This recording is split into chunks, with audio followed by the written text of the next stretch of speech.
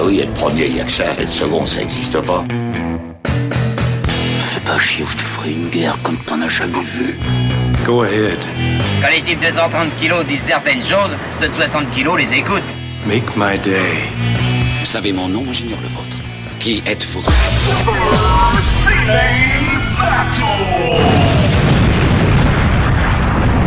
Le second, c'est un con. Super Ciné Battle, c'est le podcast où nous établissons le classement ultime du cinéma.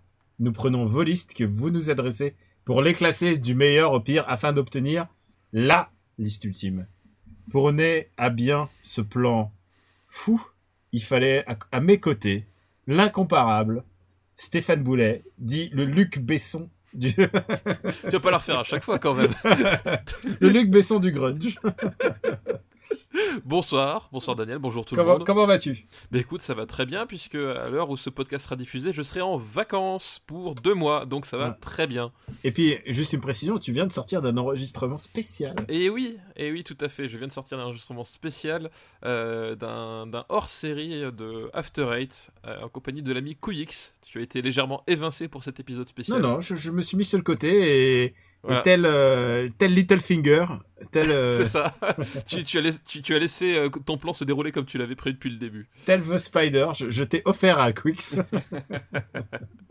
Donc voilà, un petit épisode spécial. J'espère que vous y avez pris plaisir. En tout cas, moi je vous ai écouté, c'était cool. Ouais, nous on a pris beaucoup de plaisir à le faire, un podcast qui sent la passion sur l'une des personnalités musicales les plus importantes de ces dernières années, selon nous. Bah écoute, je suis content que Émile et Images ont enfin... le podcast oui, qui tu n'as pas dit le nom, t'as pas dit le nom, c'est... Oui, tout à fait, c'est Dave Grohl. Donc, Dave Grohl. Voilà. Batteur de Nirvana. Sinon, les gens vont vraiment croire que c'est Émile et Images. Et moi je suis Daniel Andreev, Camille Robotics sur Twitter. Et donc on est parti pour l'épisode 5. Pour nous faire parvenir des listes, je le répète à chaque fois, c'est simple, 3 films par liste, si possible un titre pour vous faire remarquer. Et vous nous l'envoyez à supercinébattle@gmail.com. On a toujours des listes qui arrivent tout le temps. Et parfois, je prends certaines dernières arrivées qui je trouve assez élégantes. Et comme elles viennent juste d'arriver, parfois elles me marquent les pupilles. Bravo les gars. Quand il y a des doublons de films, on zappe. Et puis on continue sur la période 1980-1989. Oui, tout à fait. On pense honnêtement qu'on va en faire encore cette émission et encore une autre. Voilà, et après, exactement. on va peut-être changer de décennie. On vous donne pas, balancez pas encore vos listes. On vous donnera le top départ quand ce sera le. Voilà, exactement. Le bon moment. Attendez un petit peu. Voilà. Premier meilleur film de tous les temps des années 80, Robocop. Voilà, Robocop, Paul Verhoeven au sommet de son art. Suivi de Akira, Blade Runner, Raiders of the Lost Ark, The Thing, Full Metal Jacket, Back to the Future, Merry Christmas Mr. Lawrence, E.T. qui arrivait très très fort quand même. Qui arrivait très très fort. Et je pense que c'était un peu la surprise du chef. Ah mais quel grand film en même temps. E.T. et après Elephant Man. Elephant Man, voilà. Et alors on commence à avoir un peu de courrier aussi du genre qui disent quoi, le Batman de Tim Burton, vous êtes fou, puisque Batman est 54e de la liste. Oui, tout à fait. Et quel est l'autre scandale aussi, c'est Highlander, tu l'as mis très très bas aussi. Oui, c'est ça. Mais alors moi, j'ai reçu à la suite de l'émission un SMS de Guillaume qui nous avait envoyé la liste et il a dit que ça le dérangeait pas que ce soit aussi bas. D'ailleurs, il s'attendait pas à ce que certains soient aussi hauts, tu vois, comme quoi. Mais Highlander est mieux classé que Batman et surtout j'adore la cohérence interne. Superman 3 est supérieur à Batman. Voilà, exactement. Oui, alors c'est ça le truc, c'est que c'est de notre subjectivité, mais c'est aussi un truc, c'est que c'est pas forcément le film qui a le plus marqué l'histoire de l'humanité à chaque fois. C'est des films qui nous font plus plaisir et qui nous ont marqué nous, quoi. En fait, on fait pas une étude sociologique à chaque film pour dire c'est grâce à Batman qu'il y a eu des tonnes de films de super-héros derrière. Mais c'est pas ça. C'est un compromis finalement, voilà, entre le film ce qu'il est et nous ce qu'il nous a fait, et puis au bout d'un moment ce qu'il nous a fait ça l'emporte, voilà. Entre l'impact, c'est un compromis entre l'impact et cette vibration que ça nous procure. Alors, d'ailleurs, c'est pas pour rien que Police Story est au-dessus de l'Empire contre-attaque. Tu aimes bien le rappeler. Je commence à recevoir des menaces de mort. Le plan se déroule comme prévu. Et putain, Police Story est au-dessus de The Shining quand même. Oui, c'est vrai aussi. Mais moi, ça me dérange pas. Puisque nous l'avons décidé, et une fois que c'est dans la liste, c'est inéluctable. Oui, c'est gravé dans le marbre. Avant-dernier de la liste, Cyborg. Et dernier de la liste, c'est Le Passage. Ah. Et je tiens à dire que quelqu'un nous a envoyé une photo Oui. du vinyle de Le Passage, l'album. L'album exceptionnel, quoi. Et franchement, j'en ai envie, quoi. Tu sais, c'est quand on te montre un collector. C'est Là, ça. j'ai envie d'avoir ce truc chez moi. Ah oui, c'est imparable. Ça ira avec le single Je suis pour de Michel Sardou dans ma collection privée, quoi. Ouais, quelle horreur. Putain. Bon, je pense que si c'est bonne parole, on peut passer Voilà. à nos listes. Et on Pas va de passer résistance. à une liste qui nous a été envoyée par Lufidad. Bonjour Lufidad. Merci pour ta liste. Et le premier film de cette liste est Tonali no Totoro. Mon ouais. voisin Totoro. Je Mon voulais voisin commencer Totoro. par un truc qui blaste un petit peu. Ouais, exactement. Du lourd. Et on peut dire un authentique classique du cinéma. Oui, sans contexte. Mon voisin Totoro, pour ceux qui sortent d'une grotte, hein, c'est l'histoire d'un papa et de deux petites filles qui emménagent dans la campagne japonaise. Et les petites filles rencontrent, près d'un camphrier millénaire, Totoro, qui est une créature de la forêt. Voilà. Et moi, c'est un truc que je trouve génial dans ce film-là, et que j'aime par-dessus tout, c'est que c'est vraiment un film sur l'imaginaire des enfants, le pouvoir de l'imaginaire des enfants, c'est-à-dire qu'en fait, dans ce film-là, Totoro et les autres créatures, il n'y a que les enfants qui peuvent les voir, et c'est en fait, c'est une métaphore finalement de la force que peuvent avoir les enfants, l'espèce de détermination qu'ils peuvent avoir parfois, et qu'on comprend pas trop, enfin surtout, moi qui suis père, c'est parfois j'assiste à des choses... des comportements qui peuvent paraître complètement erratiques, mais qui en fait le sont pas, et Totoro ça illustre ça vraiment à la perfection. Et je trouve... Voilà. Et si tu me permets, j'ai envie de dire même, c'est carrément un message global de sa carrière. Ah oui, c'est les films de Miyazaki, quelle que soit la thématique spécifique à chaque film, c'est grandir, c'est compliqué pour une petite fille, et on le retrouve dans tous ses films. Ouais, et d'ailleurs, c'est un truc que j'ai remarqué, ma fille apprécie tout particulièrement les films de Miyazaki, parce que justement, c'est à chaque fois, enfin, pratiquement tout le temps, des histoires de petites filles, des histoires de petites filles qui s'émancipent, et c'est un regard très très juste. Enfin, vraiment. Elle s'émancipe, et toujours sans violence. Toujours sans violence, ouais, exactement. C'est toujours positif. Enfin, et c'est vraiment super juste. Enfin, c'est quand il pense le regard, la justesse de regard porté sur les petites filles par cet adulte mâle, c'est impressionnant de justesse et de compréhension de sa part. Et voilà.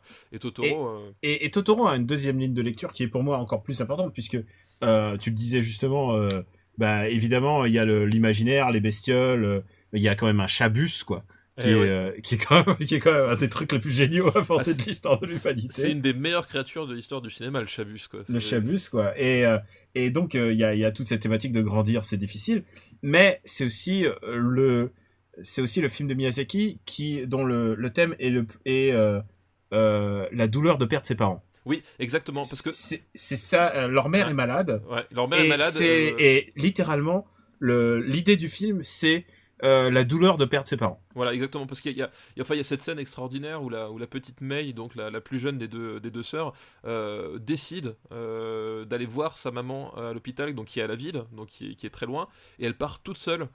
Et donc, enfin voilà, t'as cette détermination de cette gamine qui veut absolument revoir sa maman, et la grande sœur qui essaye de trouver sa place là-dedans, c'est-à-dire c'est la grande sœur, c'est un modèle, mais c'est pas la maman. Enfin, elle a pourtant une responsabilité. Enfin, c'est d'un point de vue de l'analyse de la fratrie, de la place de la famille, c'est très juste, et c'est un film qui juge jamais. Et qui est très beau. Enfin, moi c'est un film que j'adore vraiment. Mon voisin Totoro. C'est un film que je trouve sublime parce que voilà, il te parle à tous les âges, il arrive à te parler, quoi. Ouais, et Miyazaki, il disait toujours, moi en fait, je réalise des films pour ma petite fille, et tu vois ce qu'il fait. Mais il se met jamais. C'est la démarche d'ailleurs que fera Pixar plus tard, c'est qu'ils se mettent jamais à niveau des enfants, mais ils se mettent à niveau d'adultes, et ils baissent pas leur niveau d'exigence. Leur niveau d'exigence, tout à fait. Et je tiens à souligner aussi que c'est la bande son incroyable de Joe Hisaishi. Ouais. C'est une de ses de ses plus belles.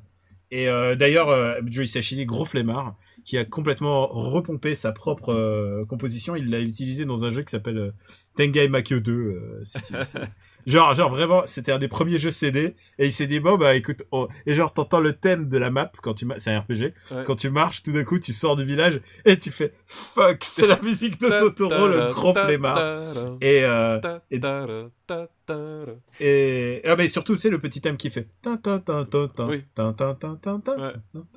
bah, il a genre exactement le même, et d'ailleurs, Hisaishi, dont il a fait des musiques aussi, lui a dit, à par moment, genre, tu vas nous le refaire parce que celui-là, on l'a déjà entendu. Je crois que ça va se voir. Ouais. Mais bon, en 1188, faut dire que c'était quand même, Oui, c'était quand même assez nouveau. C'était quand même, ouais, vraiment un grand film. Et je sais pas si c'est mon Miyazaki préféré. Moi, personnellement, c'est mon Miyazaki préféré. Parce qu'en fait, il y a aussi un truc qui est génial dans celui-là, c'est que c'est aussi un film qui est d'une extrême banalité dans la mise en place de son décor, en fait. C'est qu'en fait, tu regardes les enjeux. Ouais. Les enjeux sont posés par les enfants. C'est-à-dire que si tu regardes d'un point de vue objectif, il n'y a pas d'enjeu dans ce film-là. Parce que, bah, en fait, la maman, elle va bien.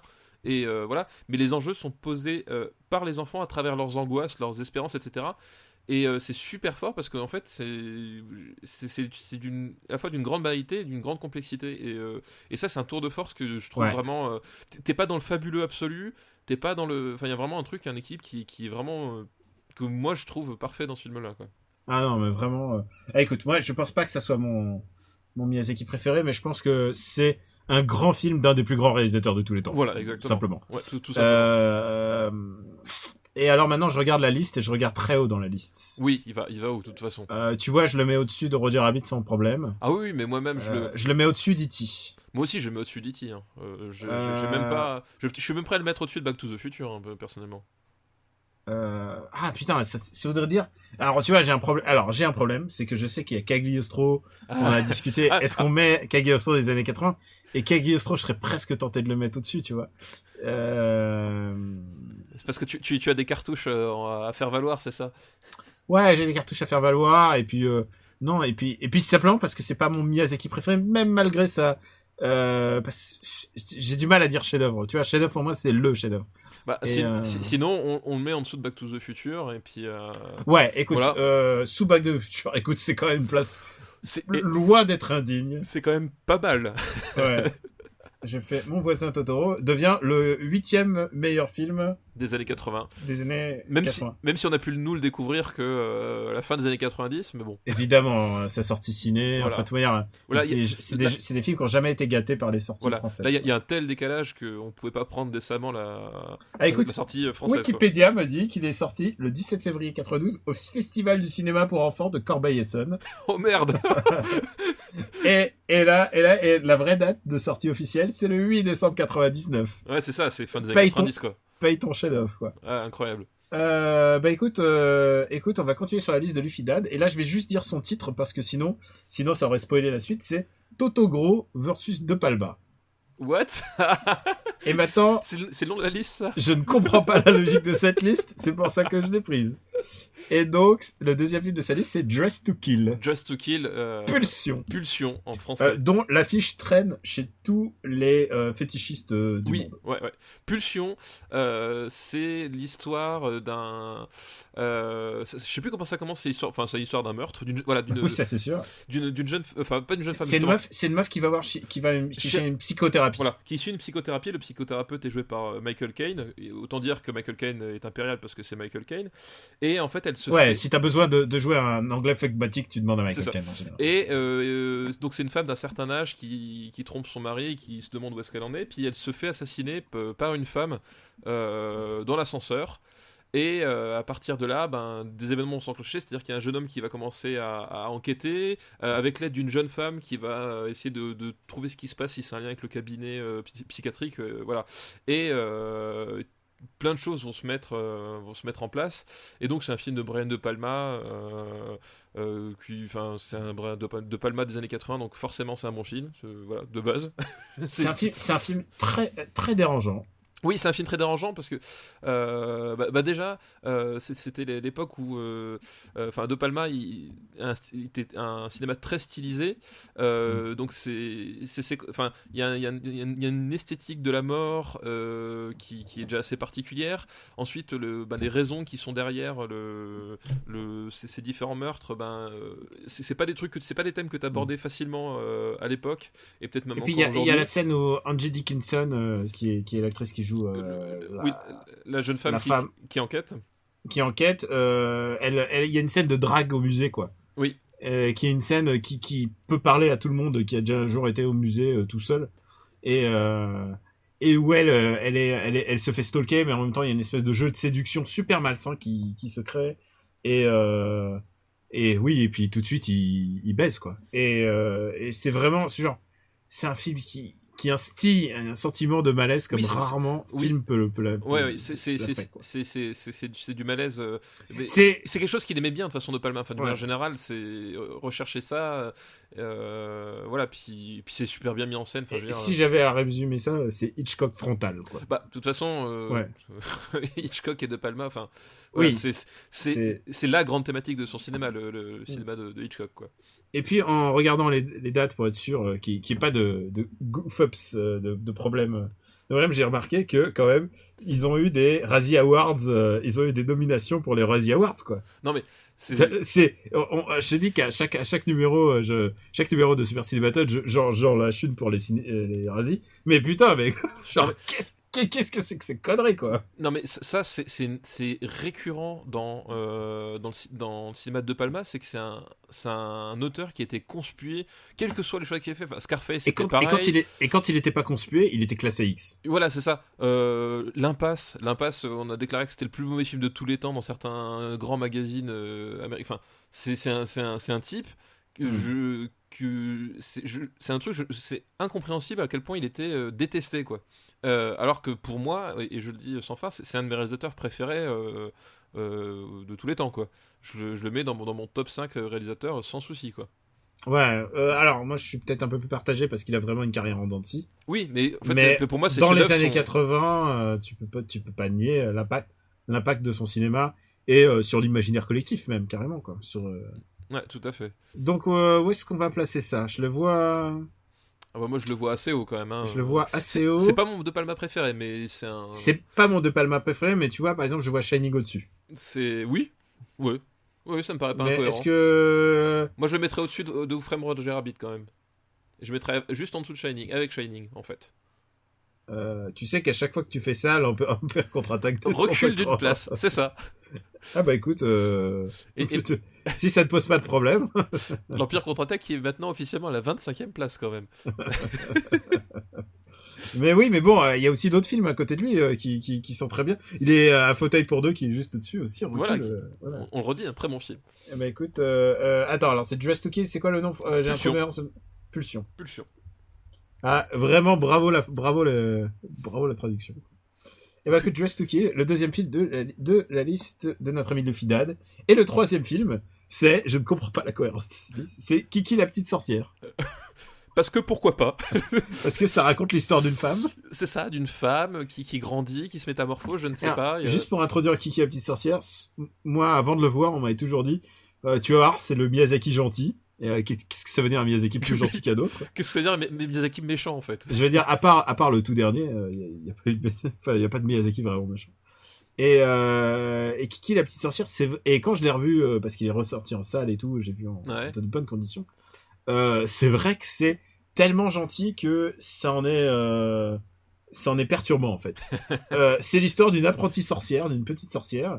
Et elle, si je me souviens bien, elle s'installe dans une ville. En fait, oui, parce qu'elle doit, le rite de passage, c'est qu'en fait, elle doit s'intégrer à la société, Donc elle se trouve un petit job. Voilà, elle se trouve un job. Je sais plus de livraison. Livraison, voilà. Ouais. C'est Kiki Delivery Service en. C'est Majo no Takubi en japonais. Voilà, mais moi je te dis le titre international. Voilà. C'est encore une fois Joe Hisaishi, Miyazaki. Voilà. Enfin, c'est la même team que celle qu'on a mentionnée. Et c'est adapté d'un bouquin. D'accord, ça je sais pas. D'un bouquin pour enfants. D'ailleurs, il y a eu des problèmes parce qu'elle était pas du tout contente de l'adaptation. Putain, les mecs, quoi. C'est parce que l'adaptation, le bouquin était vraiment, si je me souviens bien, c'était un truc, des petites histoirettes. Et d'ailleurs, ça sent en termes de narration puisque le début c'est vraiment des petites histoirettes le film. Oui, il y a Il y a pas de il y a un côté assez décousu, et en plus, enfin, moi ce que je me rappelle de ce film-là, c'est le final avec le ballon, etc. Ouais. Ça paraît tellement détaché de tout le reste du film que je me suis toujours posé la question de pourquoi, comment est-ce qu'il en est arrivé là, quoi. En fait, c'est que tout la deuxième partie du film, là c'est plutôt Miyazaki. D'ailleurs, ça se voit, il y a une bourrasque. Dans tous les Miyazaki, il y a un moment une bourrasque Oui, c'est vrai. ou un tsunami ou Ouais. un truc qui se transforme en dégueulis de je sais pas quoi. C'est dans tous les Miyazaki, il y a la séquence dégueulis quoi. Et là, il y a la tempête et ça c'est un truc rajouté, semble-t-il, et parce qu'il lui faut. Mine de rien, même Miyazaki, tu sais, c'est un mec qui aime, si demain le monde disparaît et qu'il ne reste plus que la nature, l'idée ne le dérangerait pas. Tout à fait. Il a l'air d'un gentil vieux monsieur, mais en fait, il est pour l'apocalypse. En fait. Exactement. S'il faut, il est en train de préparer des bactéries dans son grenier pour nous exterminer tous. On ne sait Et pas. alors, c'est pour moi, par contre, c'est le plus Miyazaki de tous les Miyazaki, parce que c'est vraiment la représentation du quotidien.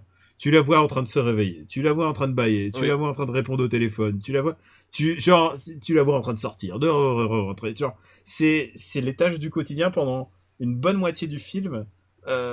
C'est à la fois ce qui fait le force du film et sa faiblesse, c'est que si ça te touche, c'est fabuleux.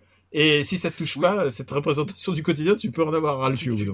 Tu peux avoir vraiment moyen de passer à côté. Moi, c'est un Miyazaki que j'aime bien, mais il m'a pas bouleversé ou touché plus que ça. Il y a un quoi. truc, pour moi, le truc le plus fou de ce film, c'est que il y a. Alors d'abord, tu sais, c'est toujours cette espèce de terre parallèle. Tu sais pas si c'est la vraie. Oui, tu sais, effectivement, c'est assez indéfini en termes de géopolitique. Et c'est ça qui est la force de Miyazaki, hein, c'est la manière de faire des décors, les décors et les silences s'expriment plus que le mouvement lui-même chez Miyazaki. Et le décor te suggère la nostalgie, quoi. Oui.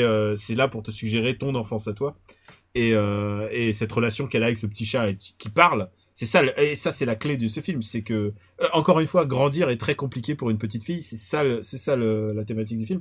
Et elle parle avec son petit chat, et son petit chat lui répond. Et alors, la clé du truc, c'est qu'à un moment, elle a grandi et le chat ne parle plus, quoi. Le chat ne parle plus, ouais, tout à fait. Et alors, je tiens à dire un truc, c'est que dans la version, ça je sais, j'ai déjà vu, dans la version anglaise, le chat il parle encore. Comme les mecs, ils ont tout compris, quoi. Ils ont rien compris au film. Genre, ils disent ouais putain, il parle pas à la fin, on va lui rajouter wesh wesh. on le fait doubler par DMX et ça va passer comme une lettre à la poste. Et voilà, c'est un film où il n'y a pas d'antagonisme, il n'y a pas de méchant. Non, il n'y a pas de méchant, mais comme dit, il y a même pas de. Enfin, il y a encore moins d'enjeux que. Le seul enjeu à un moment, c'est qu'elle arrive plus à voler. Voilà, elle aurait pu à voler, elle vole sur un balai, elle vole plus. Et c'est vrai que c'est assez bizarre. Enfin, comme dit, moi, j'ai souvenir d'un film décousu, c'est-à-dire qu'il y a des moments agréables, mais c'est un film qui, contrairement aux autres Miyazaki, où tu te fais pas emporter par la narration, par l'histoire ou quoi que ce soit. Il y a un truc, ça, tu le regardes, t'es content, puis voilà. Ça transforme pas. C'est pour ça que je dis que c'est un film gentil, c'est que il manque des personnages clés, des trucs qui sont aussi la griffe de Miyazaki, c'est des personnages. Je pense que tu vois, Mononoke me parle beaucoup plus. Ah bah oui, non mais on parlait de chef-d'œuvre, Chihiro. Si un jour on fait un super ciné battle Miyazaki, Chihiro est très très haut placé dans la liste. Oui, non, bien sûr, il y a même pas de comparaison, quoi. Donc où est-ce que je peux c'est con parce que tu vois, si on le place très bas, ça sonne comme une punition, mais alors que c'est quand même un beau film, quoi. Non, mais alors, est-ce qu'il est au-dessus d'Over the Top? Est-ce que qui reste le maître étalon, quand même. C'est simple. Est-ce que tu prendrais plus plaisir à regarder demain Over the Top ou Kiki? Oh putain. Ça veut tout dire. Ouais. Tu viens de. Regarde, tu sais quoi? Je vois le petit dinosaure et je vois l'ours. Moi je vois quand même au-dessus de la soupe aux choux, quoi. Attends. Je le vois au-dessus de la soupe aux choux, mais surtout ouais, je vois.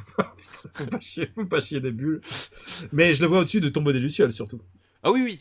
Non, ça, je comprends. Quelqu'un m'a envoyé une photo quand on a classé le Tombeau des Lucioles, une photo avec quelque chose balancé hors de la fenêtre. Désolé, mais voilà.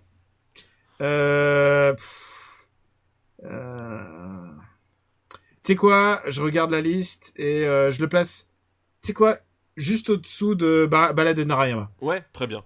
Moi, ça me va très bien. Et il reste quand même au-dessus de Back to the Future 2 qui, voilà. qui est sujet à caution. Ouais. Voilà. Bah écoute, c'est pas mal. Écoute, c'est une bonne place pour ce qui est pour nous tous un Miyazaki mineur. Oui, voilà, c'est un Miyazaki mineur, Ouais. mais c'est vrai que quand tu dis ça, ça fait film raté, alors que non, un Miyazaki Ouais. mineur, ça reste un Miyazaki. Donc... Oui, oui, genre c'est comme les épisodes de Batman, tu vois, les épisodes de la série télé Batman. Oui. Genre même quand ils sont moins bien, ils sont vraiment, Oui. ils sont au-dessus de tout ce que t'as vu à la télé. C'est ça, voilà, donc faut quand même relativiser le... Bon bah on remercie Lufidad pour cette Oui. cette liste Merci à toi. éclectique et qui nous a permis de classer plein de Miyazaki déjà. Écoute, maintenant nous allons passer à une liste envoyée par MCA. Bonjour MCA, merci pour ta liste. Et écoute, c'est une liste qu'il a baptisée. Ah putain, je me suis entraîné à le chanter, mais. Attends, ça fait. Ah, kitsch out. Le kitsch, c'est chic. Ah, kitsch out. Voilà, je crois que c'est. Oh putain, Ça va, je l'ai bien fait? quel grand moment de podcast. Ouais, bah écoute, il faut ça pour classer les films. Si le zapping n'était pas mort, tu y serais. Ouais. Et alors, le premier film de sa liste, c'est Les Super Flics de Miami. Miami Super Cops. Ah bah alors, ouais, alors... Qui précise c'est le moins kitschun de la liste, mais il le reste quand même. Oui, le reste quand même. Et aussi, il faut aussi signaler que on est Le un jour Un jour après la mort de Bud. Voilà, un jour après la mort de Bud Spencer, donc qui co-star, comme disent les Américains, avec Terence Hill dans ce film. Enfin, Bud Spencer de Terence Hill, enfin c'est un concept à eux tout seuls. Hein, Et ouais, et j'ai choisi cette liste parce que c'était vraiment le moment de parler de voilà, Bud, de parler de ça. qui est quand même on peut le dire, un personnage clé de cette liste parce que c'est vraiment un personnage des années 80. Oui, voilà, c'était, enfin, c'est ce qu'on discutait, c'est qu'en fait, Bud Spencer et Terence Hill, en fait, j'en ai vu un certain nombre. Enfin, c'était les films par excellence de vidéoclub ou de. Pour moi, c'était les films la 5, tu vois. Ou de la 5, enfin, qui repassaient en boucle. La 5 est très omniprésente dans notre liste. Hein.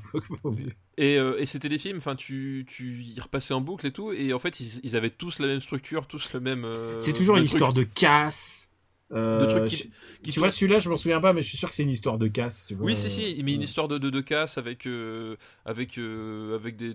bras cassés, et puis du coup, ça se termine en bagarre avec des baffes. Enfin, Bud Spencer, c'était le roi de la baffe. C'est un acteur, et c'est des films, enfin, faut avoir grandi avec, parce que c'était quand même rigolo, quoi. C'était jamais du très grand cinéma, hein. Je crois pas qu'il ait fait de très grands films. Ah bah mais... c'est Bruno Corbucci. Oui, c'est voilà. Voilà. Mais c'est des films attachants. Enfin, ça te passait ton mercredi après-midi et tout. Et puis voilà, il faut dire que manquait, c'était de la formule. C'est des films de formule. Oui, des films de formule. Et ils en ont fait plein des deux super flics. Même s'ils ont aucun rapport entre eux, c'est toujours le même film. Enfin, c'est toujours le même archétype, quoi. C'est toujours les mêmes archétypes qui changent de nom, qui changent de lieu. Là, ça se passe à Miami. Ils ont des costumes, de flics, etc. Mais les archétypes, c'est toujours les mêmes. Les situations, c'est toujours les mêmes. Donc, alors quelque part, c'est ce qui fait la limite de ces films-là, parce que du coup, comme dit, au bout de 50, tu finis par tous les mélanger. Mais aussi, c'est ce qui les rendait attachants, parce que tu savais ce que t'allais voir et tu passais un bon moment malgré tout, quoi. Bah ouais, en fait, c'est des films de bons moments et. C'est des films de bons moments. Écoute, je le mets au-dessous d'Over the Top quand même. Hein. Oui. Ouais, en dessous quand même, parce que alors. Faut voir aussi que c'était le tournage à l'italienne dans les années 80. C'était cheap. C'était super cheap, super à l'arrache, super éclairé comme on pouvait. Enfin, voilà, ça reste des trucs bricolés, quoi. C'est de la comédie un peu tarte à la crème, quoi. Oui, bah alors, pour le coup, vraiment tarte à la crème. Enfin, tu vois, je regarde Weird Science, ça m'ennuierait pas de le mettre autour de. Oui, voilà, parfaitement, ouais ça me va aussi. Je mets au-dessus de Papy fait de la résistance, si ça te va. Moi, je le descends un cran. Alors moi, rien que pour l'exemple, parce que pour l'ensemble de l'œuvre de Bud Spencer, je mettrais au-dessus de Superman 3. D'accord, ok, c'est parti. Mais après, c'est vrai qu'on est pas sous le choc, mais on est touché par la mort de cette star qui nous a parce que honnêtement, qui nous a fait nos soirées, quoi. Bud Spencer, enfin voilà, jusqu'à l'annonce de sa mort, moi j'avais pas envie de revoir ses films, mais au moment de l'annonce de sa mort, tu te rappelles quand même en fait des bons moments que t'as passé avec, que t'as passé avec, des baffes, des trucs, voilà, tu disais c'était cool quand même, c'était quand même une époque, voilà, et du coup il y avait cet article sur l'Obs qui est sorti là, Bud Spencer 40 films, pas un seul de bon. Ouais, enfin d'accord. Quoi, tu veux dire après sa mort? Oui, après sa mort, ouais. Ah putain, mais c'est comme les gens qui ont tiré sur le frère Scott, quoi. Voilà, exactement. C'est l'espèce d'article complètement condescendant et tout. Alors, oui, c'était pas des chefs-d'œuvre, enfin, on est le premier à le dire, mais c'était quand même. Voilà, c'était moi, si déjà t'es représentant d'une époque et représentant d'un certain nombre de plaisirs, tu vois. Regarde, moi je prends l'exemple Joe Dassin. Genre, Joe Dassin, ça me parle pas. C'est pas des chansons qui me... Genre, je trouvais ça kitschouille dès que je suis né, quoi. Mais ça a donné du plaisir à ma maman et à ma grand-mère. Et à partir que du moment que ça représente quelque chose pour les gens, tu dois pas le prendre surtout sur condescendance, quoi. Tu le prends, tu le dis pas comme ça, voilà, moment de sa mort, justement au moment de sa mort. Ouais. Ouais, c'est pas le moment. C'est pas des méthodes. Voilà, nous on le met entre Weird Science et Superman 3. Et c'est pas... Et genre, c'est un film que sans doute j'aurais plaisir à regarder, mais j'ai du mal à le discerner par rapport à tous les autres, quoi. C'est un peu ça. Ouais. Mais si vous avez jamais vu de Bud Spencer, faut en revoir au moins 2 ou 3, quoi, histoire de découvrir, quoi, et c'est sympa. Le film suivant de sa liste, c'est beaucoup plus identifiable. Mad Max Beyond Thunderdome. Oh putain. Disons Mad Max 3. Et il nous avait promis une liste de kitsch. Ah ouais, putain. Et alors, déjà, tu sais, je regarde un petit peu vers le bas. Et alors, tu sais quoi, j'ai Simply the best. Putain, mais Mad Max 3, c'est ça, enfin, c'est Tina Turner avec sa coupe de cheveux qui chante le générique de fin. We don't need another hero. Oui, c'est celle-là, oui. Voilà. We don't need another hero. Oh putain. Putain, mais vraiment, les années 80. Tina Turner, quoi. C'est en fait, Mad Max 3, c'est... Mad Max, au départ, c'est un film fait en amateur en Australie pour 3 francs 6 sous. C'est un film qui fait un carton monumental, qui est interdit un peu partout, dont en France. Mad Max, je sais plus combien de temps il a mis à sortir réellement en France, mais ça a pris plusieurs années. Je crois qu'il est sorti après le 2. En France. Il y a eu une suite qui est vraiment top et qui a cartonné et tout. Et du coup, c'est Mad Max 3, ils arrivent, ils font Mad Max, ce serait bien de le rendre Jones compatible, parce que c'est quand même un monde assez violent. Et enfin, le premier, il est hyper glauque comme film d'ailleurs. Et donc là, c'est le côté, on va en faire Mad Max for Kids, quoi. C'est un peu comme les mecs quand ils ont voulu faire la série Robocop et qu'ils se sont dit faut que ce soit cool pour les enfants, quoi. Ils ont rajouté donc des enfants. Ils ont rajouté des enfants. Ils ont mis un setup, enfin t'es vachement loin du, tu perds tout le côté complètement désespéré, un peu maboule et tout, c'est beaucoup plus hollywoodien tout simplement, au sens carton-pâte du terme, quoi. Mais le film a eu un impact visuel indéniable sur l'imagerie. Tu vois, par exemple, moi quand on me parle de Mad Max 3, j'ai tout de suite la vision du clip de Tupac, tu vois. Oui c'est ça. California Love. Tu vois, c'est un film qui a dépassé un peu son cadre de film kitsch, puisqu'il est devenu sans Mad Max 3, je suis sûr qu'il y a des choses de Ken le survivant qui seraient jamais arrivées, quoi. En fait, Mad Max 3, c'est qu'ils ont repris ce qu'ils avaient déjà amorcé sur Mad Max 2, sauf avec un vrai styliste sur le plateau, quoi. Alors le truc, c'est que c'est pas complètement un George Miller. George Miller, il a pas réalisé complètement. Il porte la marque du film de studio. Enfin, je veux dire, c'est la commande. C'est la commande. C'est la commande, et c'est la commande pas contrainte, mais en tout cas faite sans trop d'envie, quoi. Des gens de nos ciné avec qui je fais un autre podcast ciné, grosso modo, les gens étaient plutôt contre Mad Max 3, enfin, tu vois. Ouais. Mais il y en a qui trouvaient quand même que c'était un peu émouvant, les enfants, il y avait tout un truc très peplum, très post-apocalyptique, quoi, en fait. Ouais, mais... Et je me souviens qu'il y a des gens qui disent, ouais, moi j'étais ému par Mad Max 3, quoi. Moi pas. Il faut aimer les gamins et... Alors, moi j'aime bien les gamins, mais... Non, mais tu vois, il y en a vraiment beaucoup là dans celui-là. C'est genre... Surtout la façon dont c'est fait, ça fait vraiment... on va être potes, on met des gamins, enfin il y a un truc... C'est Mad Max for Kids, quoi. C'est Mad Max for Kids, ça et fonctionne pas pour du moi, tout, Mad quoi. Max, j'ai besoin de... C'est pas une histoire dont j'ai besoin, mais j'ai besoin de contextualisation et j'ai besoin d'un mec un peu Mad Max, quoi. C'est Mad. Max Rokastanki, si tu regardes bien dans le 2 et dans le 4, du coup, c'est un personnage qui traverse les événements Et tu sais, c'est il est témoin des événements. Ouais. Il est vraiment témoin des événements. Et c'est un mec qui a pas mauvais fond, c'est-à-dire que c'est un héros, mais c'est pas un héros qui s'attache. Et quand on fera Mad Max 1, on pourra en reparler, parce que Mad Max 1, c'est presque un film totalement différent. Ah oui, c'est un film qui n'a rien à voir. Enfin, c'est un revenge movie. C'est un revenge movie, mais oui, c'est un film qui n'a strictement rien à voir. Mais voilà. Et pour moi, la personnalité de Mad Max, c'est ça. C'est un mec qui traverse les événements, qui est témoin, et qui c'est le drifter, quoi. Enfin voilà, c'est ça.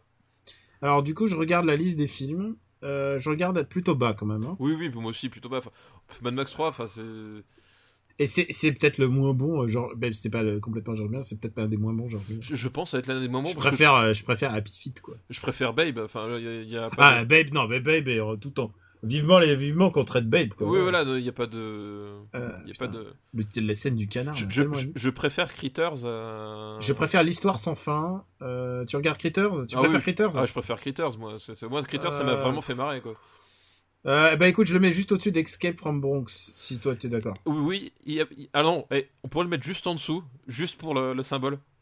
Ah, parce qu'il est aux côtés de Terminus, tu veux dire. Mais il est entre Terminus et Escape from the Bronx, qui sont des rip-off de la Mad Max Exploitation et de la Escape from New York Exploitation, donc tu vois. D'accord, écoute, je pense que c'est un film qui a mal vieilli, et voilà, bah c'est bien fait pour ça. Ça doit être 69e, non, je sais pas quoi. Oui, bon, un truc comme ça. Voilà. Écoute, voilà pour Mad Max 3. Et écoute, il y a un autre film dans la liste de MCA, c'est Evil Dead 2. Oh, Evil Dead 2. Donc pour lui, c'est le kitsch, c'est chic, n'oublie pas. Alors, écoute, Evil Dead, je sais que c'est ta marotte, voilà. Je te laisse un petit peu. Evil Dead, enfin c'est enfin la série Evil Dead, c'est le film bricolé, mais à son maximum, c'est-à-dire que tout est bricolé, mais t'as une idée par plan, si ce n'est plus parfois. Et c'est un film qui est complètement fou et qui est porté par une énergie incroyable de la part de Sam Raimi à la réalisation, puis surtout de l'interprétation de Bruce Campbell dans le rôle de H. Voilà, enfin le personnage de H avec sa tronçonneuse à la place du bras, les répliques de H, le groovy, enfin.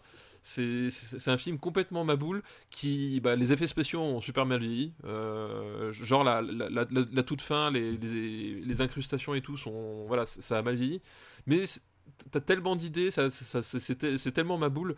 Moi c'est un film que j'adore. L'impact d'Evil Dead sur tes jeux préférés, les Doom-like, ah oui, mais surtout c'est considérable, quoi. C'est marrant parce que c'est un mélange d'genres, c'est-à-dire que c'est un film d'horreur et un film purement comique, c'est-à-dire que c'est du Tex Avery, mais du Tex Avery gore. Et là, il va à fond dans les deux, c'est-à-dire quand il y a du sang, il y en a pas un peu, il y en a des litres et des litres et des litres. Et quand il verse dans le débile, il y va aussi complètement à fond. Et en fait, c'est ça qui fonctionne, c'est que c'est un film qui s'embarrasse pas de plaire à un format prédéfini ou quoi que ce soit. Il va à fond dans son délire et voilà, et ça marche vachement bien. Et c'est un film, voilà. Je me souviens du film quand même qu'il était très caustique.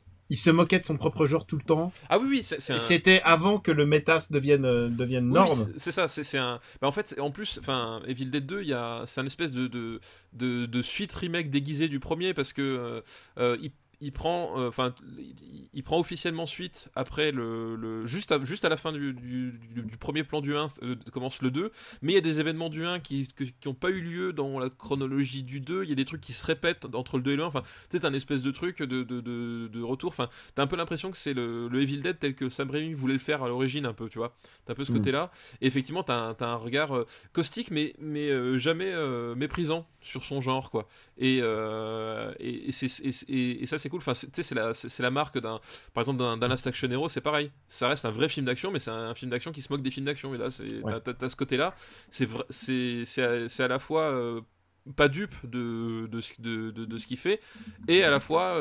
c'est respectueux, donc c'est ça qui est vraiment cool, quoi. Bah écoute, je crois que t'es le plus à même de le juger. Moi ça fait trop longtemps. Moi, je me souviens que vraiment, je m'étais bien marré à l'époque, mais. Donc moi, ouais. Et surtout de sa manière fauchée de faire du spectacle, en fait. Oui. Qui est assez cool. Et enfin voilà, le checky cam, enfin ça a été inventé sur le premier, mais tu sais, c'est vraiment la bricole, la bidouille entre potes, l'énergie, et c'est encore présent dans le 2, quoi. Et c'est un film qui a été fait avec sans déconner, avec le budget des cacahuètes de Camping 3. Hein.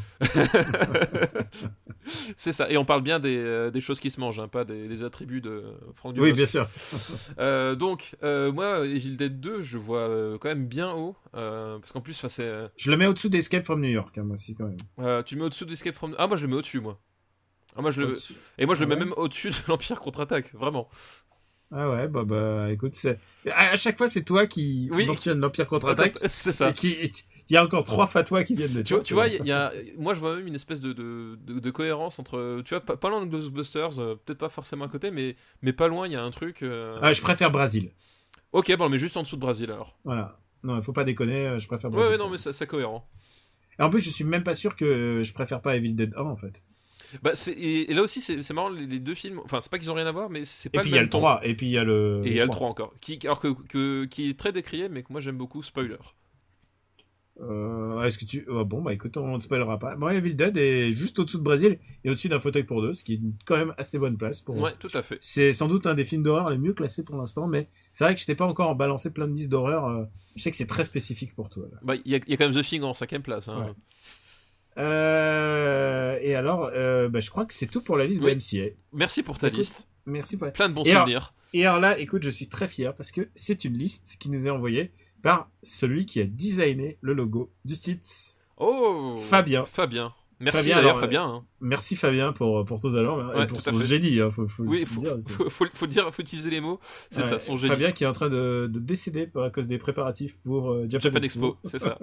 Il l'a bien cherché. Le pauvre. Et il envoie une liste qui est quand même calibrée un peu pour moi, mais aussi calibrée un peu pour lui. C'est sa liste qui s'appelle Avion et porte-avions. 2 trucs cool pour le prix d'un. Label certifié l'A5 RTL9. Bonne thématique. Ah non, mais oui, alors évidemment, tu sais comme moi que on a déjà passé Top Gun, mais c'est des films qui ont évidemment des porte-avions et des avions. Voilà. D'où le nom. Voilà.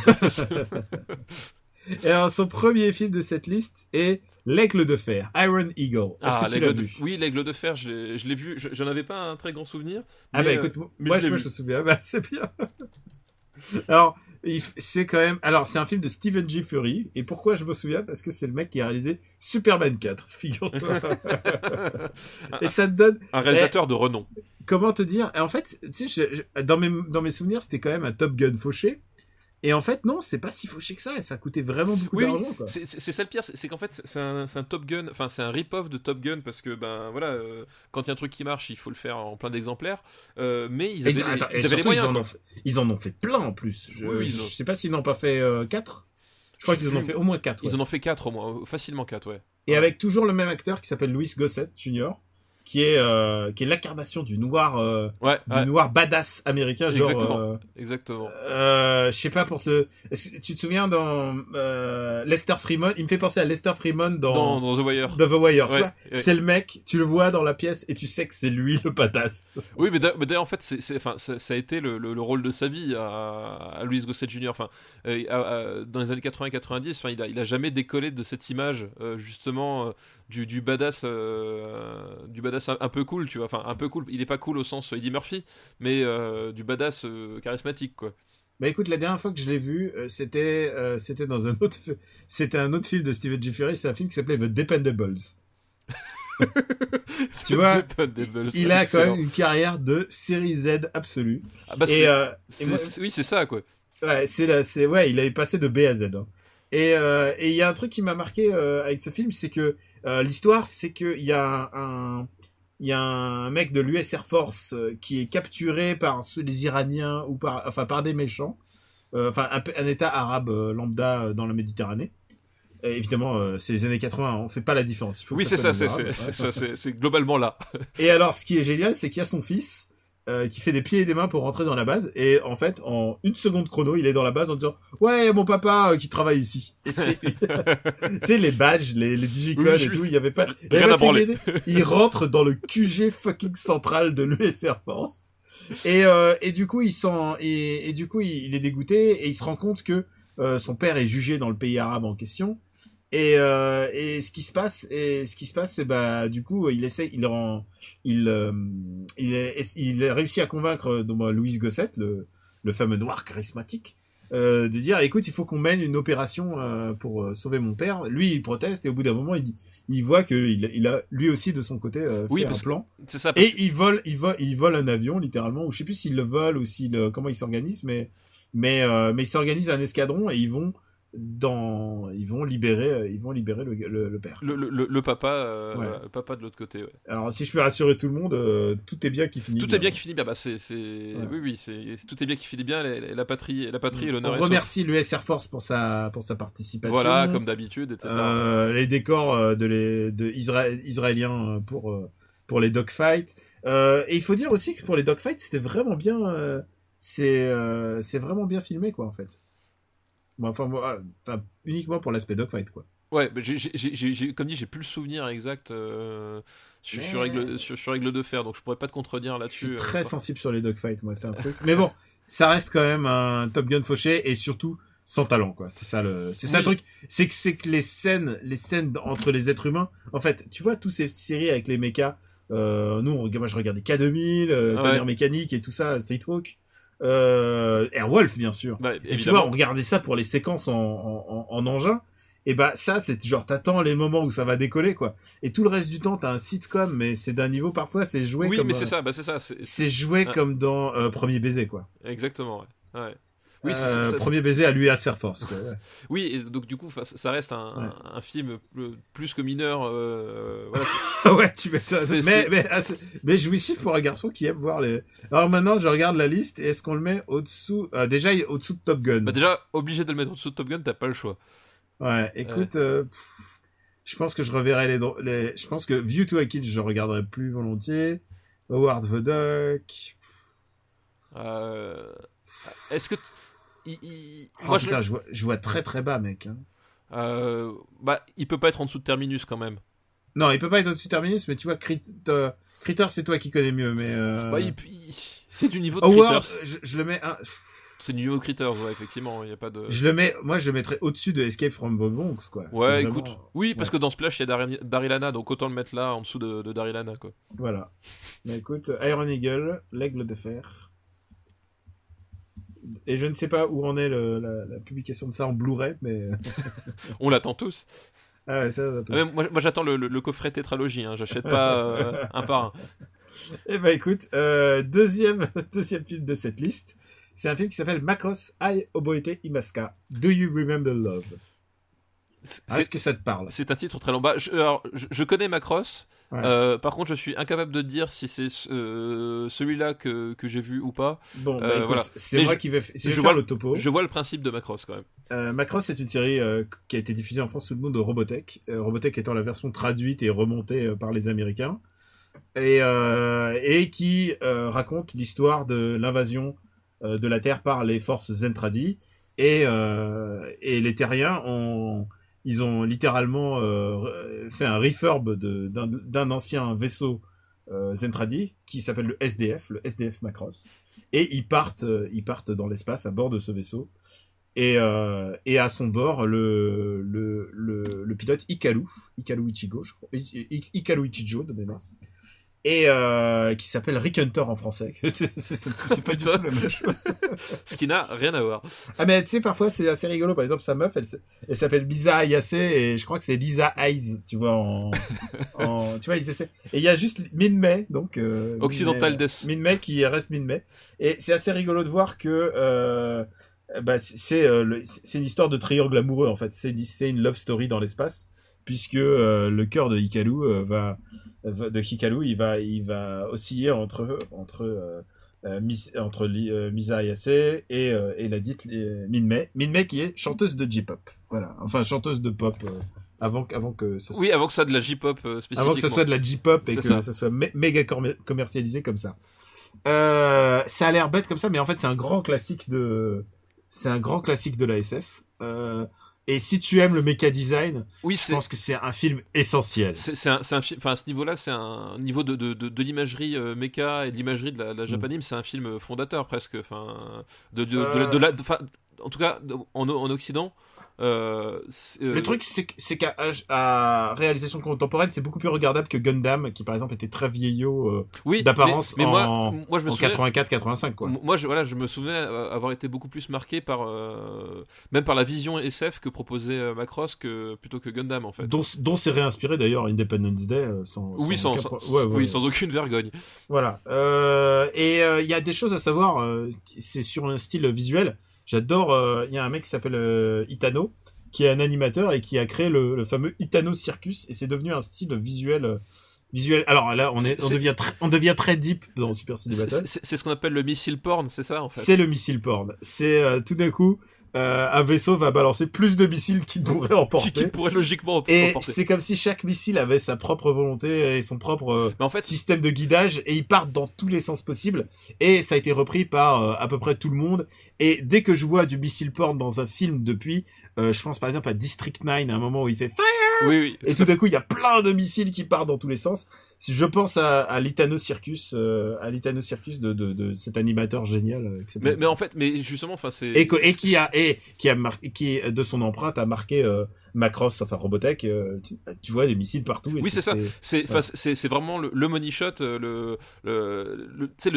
au-delà de la quantité de missiles, c'est le dynamisme que ça apporte, c'est-à-dire la façon dont la caméra suit les missiles, puis tu sais toutes les trajectoires qui avec les trajectoires de et folie, Macross pour moi les traits de fumée, enfin voilà, c'est pour moi Macross c'est les vaisseaux et les missiles qui partent dans tous les sens, et ce film respecte vraiment, genre c'est un des plus beaux exemples de missiles dans tous les sens. Il y a juste un truc, c'est que c'est le remake d'une série télé. Ils ont compilé en 2 heures et quelques une vingtaine d'épisodes. Évidemment, ils ont fait des raccourcis et surtout l'histoire est un peu différente. Et dans la série télé, c'est Hikaru qui détruit les forces Zentradi et il vole au secours de Misa, je pense. C'est assez flou, hein. Je me souviens plus exactement de la fin, mais je me souviens qu'il part à son secours et il détruit les forces Zentradi. Mais dans le film, la fin est différente puisque c'est Minmay qui chante dans une chanson traduite en langue Zentradi et elle va saper le moral de toute la flotte ennemie et les faire perdre littéralement. La J-pop sauve l'univers. Ce qui était repris dans Final Fantasy X2 en fait. Ce qui est très récurrent dans la production japonaise. Je vais dire, j'ai joué à Tokyo Mirage Session sur Wii U qui vient de sortir, c'est un RPG. Et là, t'as carte des héros de J-pop qui sauvent Tokyo, quoi. Et la J-pop sauve Tokyo, c'est un peu logique en fait. En même temps. Voilà, il faut accepter ça, et c'est pour ça que je trouve que la série est quand même meilleure. Elle est quand même supérieure, ouais. Elle est quand même supérieure dans sa forme, dans son histoire simplement. Et en fait, il y a un twist à savoir, c'est que ce film est utilisé comme mise en abîme de l'univers Macross. Il est montré dans les différentes séries Macross qui ont suivi pour montrer genre on a tourné un film sur le monde de Macross, et en fait voilà, ils ont réussi à le réintégrer dans le canon. D'accord. Tout en faisant une mise en abîme, quoi. D'accord, oui, c'est le. Et il faut que je te dise un truc, les chronologies de Macross, c'est un bordel monstre. C'est genre et puis dès qu'ils ont fait une série pourrie, ils se sont dit on va faire comme si ça existait pas. Ouais. C'est comme les comics en fait. Je vois la technique Roublard. Écoute, où est-ce qu'on met Macross de Yuri Remember Love? Bah écoute, ça je te laisse juger, parce que comme dit, moi j'ai des money shots et des choses comme ça en tête, mais j'ai pas un souvenir suffisamment frais pour en parler comme ça. Écoute, je le mets juste au-dessous de Heaven's Gate et juste au-dessus de la soupe aux choux. Et en fait, parce que en fait, pour moi la série est meilleure en fait. La série reste meilleure. Ça me paraît cohérent. Donc Macross et a j'ai un meilleur souvenir de quoi? D'ailleurs, Macross a découvert en série. D'ailleurs, pour tout dire, je sais même pas si j'ai vu le film ou si j'ai vu la série en fait. Bah en fait ça se ressemble, mais en fait quand tu vois visuellement. Oui, je pense que quand tu vois visuellement, tu fais oh là, y a pas photo quoi. Oui, je pense qu'effectivement, aujourd'hui, si je prends le temps de la regarder, je verrai la différence, mais je sais plus par quel biais j'ai découvert ça à l'époque, quoi. Enfin, pas à l'époque, c'était plus tard, mais. C'est l'histoire d'une belle chanson qui sauve l'univers, quoi. Et alors, il nous reste encore un dernier film sur cette liste de Avions et Porte-Avions, c'est Nimitz, Retour vers l'enfer. Nimitz Retour vers l'enfer. Alors ça, c'est un film. Donc le principe de Nimitz, c'est un porte-avions américain qui s'appelle le Nimitz, qui, pour une raison complètement inconnue, why the fuck not, est renvoyé à Pearl Harbor, ou en fait quelques jours avant Pearl Harbor. Et quand ils s'en rendent compte, eh ben, ils se disent que c'est l'occasion ou jamais de botter le cul aux Japonais et de renverser l'histoire. C'est ce qu'on appelle une uchronie. C'est une uchronie patriotique avec comment il s'appelle Kirk Douglas. C'est Kirk Douglas et Martin Sheen. Et Martin Sheen. Et c'est un film, en fait, c'est un film un peu craignos mais rigolo. Mais c'est un blockbuster de son époque. C'est un blockbuster de son époque, surtout qu'en plus, enfin, là où c'est complètement, ça m'a toujours scié, c'est que c'est le film qui s'assume pas, c'est-à-dire qu'au moment de passer à l'attaque de Pearl Harbor, de faire la contre-offensive, et ben pouf, because fuck you, ils sont renvoyés dans le temps présent. Et en fait, finalement, t'as tout le film qui est monté autour de ça, de ce grand moment d'affrontement qui n'arrive jamais. Et ça, c'est quand même vraiment dommage. Oui, parce qu'en fait, tu vois, ils ont une conscience. Ils se disent, est-ce qu'on intervient, est-ce qu'on... Oui, voilà, t'as tout un truc, est-ce qu'on change le cours de l'histoire, etc. Finalement, la décision est prise de le faire, et plutôt que d'assumer jusqu'au bout enfin, tu vois, moi, je suis dans les trucs, quand tu prends un parti pris débile, ou autant y aller jusqu'au bout, et pas faire la mijaurée, quoi, parce que du coup, c'est encore pire. Et là, c'est vraiment ce qui se passe, quoi. C'est un film patriotique, genre, évidemment... Les Américains ont du cœur, tu vois. Évidemment, les Américains ont du cœur, ont une conscience, pas comme ces salauds de Japonais qui ont coulé 3 barques. Oui, et puis ils capturent un pilote de zéro. Enfin, il y a tout un truc. Et voilà. Donc, évidemment, le Japonais est très méchant. Ça se laisse regarder comme plaisir de ces années-là. Voilà. Ouais, je pense que c'est un film qui moralement a très mal vie. Oui, je pense que effectivement ça fait. Il y a certains aspects éthiques, politiques et autres qui aujourd'hui prêteront un sourire. Faut vraiment le regarder à l'esprit ouvert, quoi. Moi, c'est un truc quand ça passe à la télé, j'aime bien le regarder parce que quand j'étais môme, ça me faisait marrer, mais ça va pas plus loin que ça, quoi. Ouais. Et puis il y a un truc qu'il faut dire parce qu'on fait les gentils Américains tout ça, mais les Japonais font la même chose de leur côté. Il y a un mangaka que je connais qui s'appelle Kaiji Kawaguchi qui fait exactement la même chose mais en version japonaise. C'est un truc qui s'appelle Zipang, c'est un manga. D'accord, je connaissais. Et donc t'as l'équipage japonaise qui débarque en pleine en Seconde Guerre mondiale, quoi. D'accord, je connaissais pas du tout. Donc personne n'a personne n'a primauté au patriotisme ringard. Oui, et en plus c'est un dessinateur un peu nationaliste, quoi. Tu vois, il pleure en serrant le poing sur l'âme de son pays, quoi. Tu vois. D'accord, je vois le genre. Donc, où est-ce qu'on va mettre Nimitz Retour vers l'enfer, aussi appelé Final Countdown en VO. Ah oui, tiens, je sais pas le nom en VO. Je regarde Papy fait de la résistance. Tu vois, et n'empêche, c'est pas con, hein, Papy fait de la résistance, c'est Nimitz, hein, parce que c'est ça. Hein. C'est l'idée. Moi, j'ai plus de plaisir à regarder Papy fait la résistance quand même. Oui, moi aussi, mais genre, je regarde James Bond A View for a Kill, je préfère regarder James Bond A View for a Kill, tu vois. Ok, bah on peut le mettre juste au-dessus de Running Man, alors ça me va. Putain, Running Man, à chaque fois il baisse. Love for Running Man. Ouais, mais comme j'ai dit. Alors qu'aux États-Unis, je suis sûr, dans les top US, il est super bien classé. Mais moi, c'est un film, je trouve, qui a usurpé sa réputation. Pourtant, j'aime Schwarzy et tout, mais Running Man, voilà. Bref. Nimitz Retour vers l'enfer est classé et ça ne bougera plus jamais. Voilà, gravé dans le marbre. Bah écoute, on va dire merci à Fabien. Merci à Fabien. Combien on se fait encore de listes on s'en fait encore une, allez. On en a fait combien là Attends, laisse-moi compter. 1, 2, 3. On en a fait 3. Allez, on en fait au moins une, allez. On en fait encore au moins une, attends. Tu veux ouais, non, on en fait une, ouais. On en fait une, allez. Et bah écoute, autant y aller à fond la caisse, autant faire des classiques. C'est une liste assez habile que nous a envoyé Scopini. On le remercie. Merci Scopini. Et c'est une liste qui s'appelle Bullet Hell ou les films de John et John. Et j'ai pensé à toi. Ah, John et John. Je pense que ça m'est destiné, effectivement. Ouais, mais en même temps, c'est des films il fallait en parler. Il y a du classique là-dedans. Et on commence par A Better Tomorrow de John Woo. Better Tomorrow, donc traduit chez nous par le syndicat du crime. Le syndicat du crime, voilà. C'est l'explosion, en tout cas, c'est l'explosion de John Woo sur le marché hongkongais en tant que réalisateur à part entière, parce que c'était l'élève de Chang Cheh. Et produit par Choi Ark. Et c'est aussi le lancement de la mode de ce qu'ils appelaient les hero movies là-bas à Hong Kong. Donc c'est en fait les films de gangsters ou de flics au grand cœur qui blastent tout le monde. En gros, c'est ça.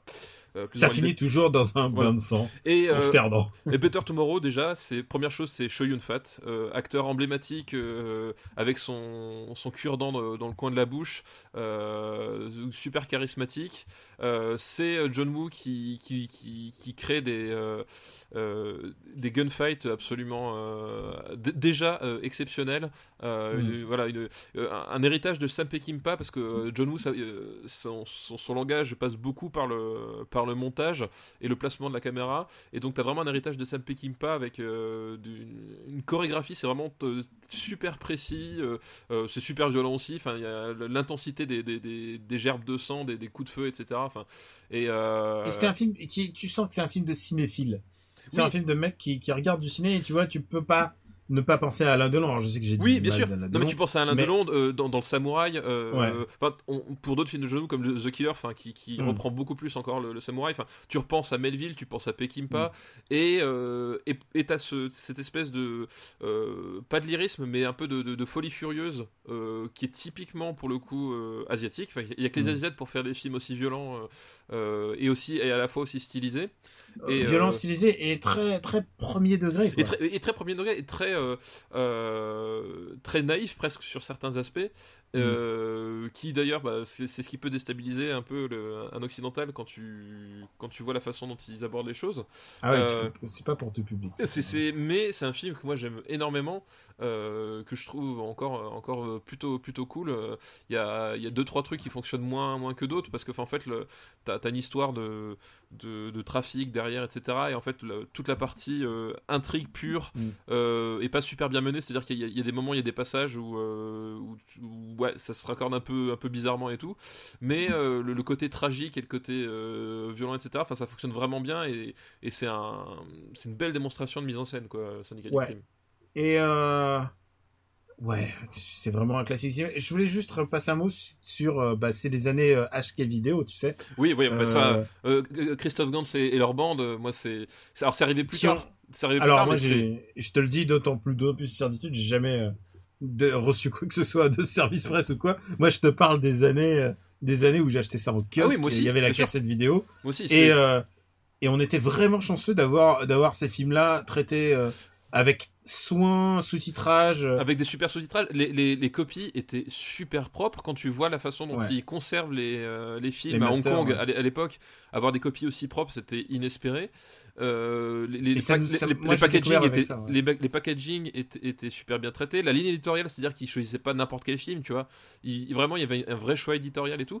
Et c'est vrai que les années HK vidéo, moi, c'était en tant que cinéphile, tu sais, c'était le trésor, le truc. Oui, c'était tous les mois, tu savais que t'allais avoir de la bonne cam. Et surtout, c'était un truc vraiment un truc d'initié. Enfin, je veux dire, tu sais, c'était des films qu'il fallait aller chercher et que tu pouvais aller chercher comme ça, quoi. Et t'avais vraiment ce côté, on va découvrir un trésor, quoi. Et c'était génial. En kiosque et tout, c'était génial, ouais. Vraiment une bonne période, et vraiment ça m'a fait découvrir. Et à chaque fois que je pense à Syndicat du crime, je pense à ces années-là où vraiment tout à fait. On avait du bol d'avoir ça, quoi, parce que vraiment même dans le monde, et là on est en train de s'extasier parce qu'il y a de la VO et tout. Faut qu'on explique. Nous on avait les cassettes usées par le nombre de visionnages.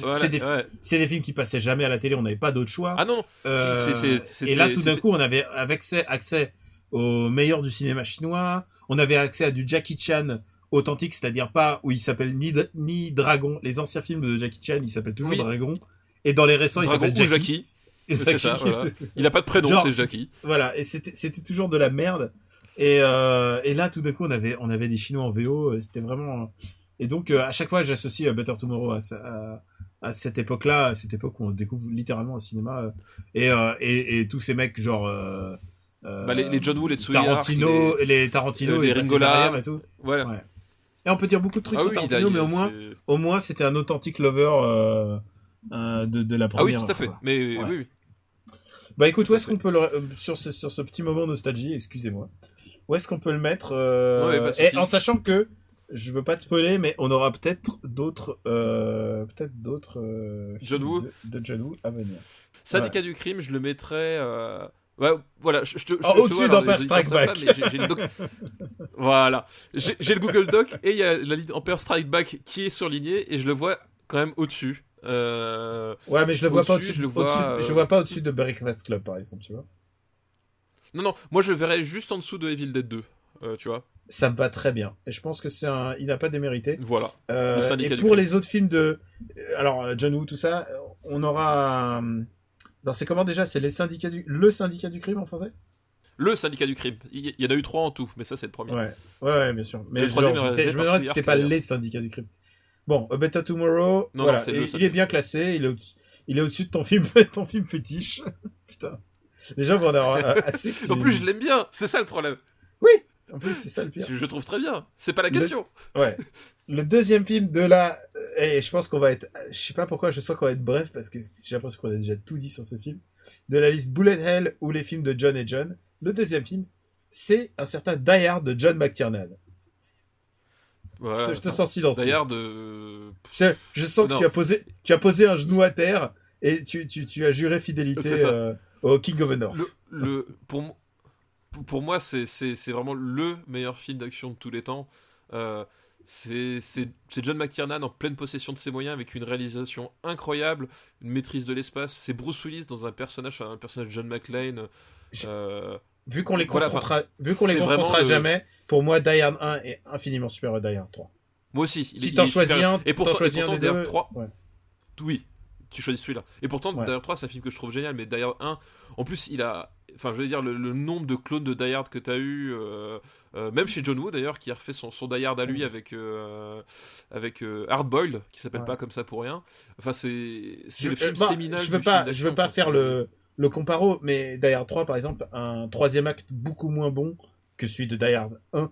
Ou Die Hard 1, Oui, oui, bien sûr. Oui, bien sûr. vraiment la narration, et c'est ça qui me choque à chaque fois que je revois ce film. C'est La narration, enfin, c'est super l'ambiance. tenu, c'est super bien tenu, c'est chaque c'est- endroit, et c'est un chaque film- endroit que visite John McClane, et ben tu comprends où il est, tu sais ce qui se passe, il y a des indices visuels. C'est ça, tu Ouais. comprends ce qui se passe, et chaque endroit a sa personnalité, sa fonction. Enfin, il y a un truc, le Nakatomi Plaza, donc, qui à l'époque en fait était la tour où étaient les Fox. bureaux de la production, Ouais. la Fox a une véritable identité.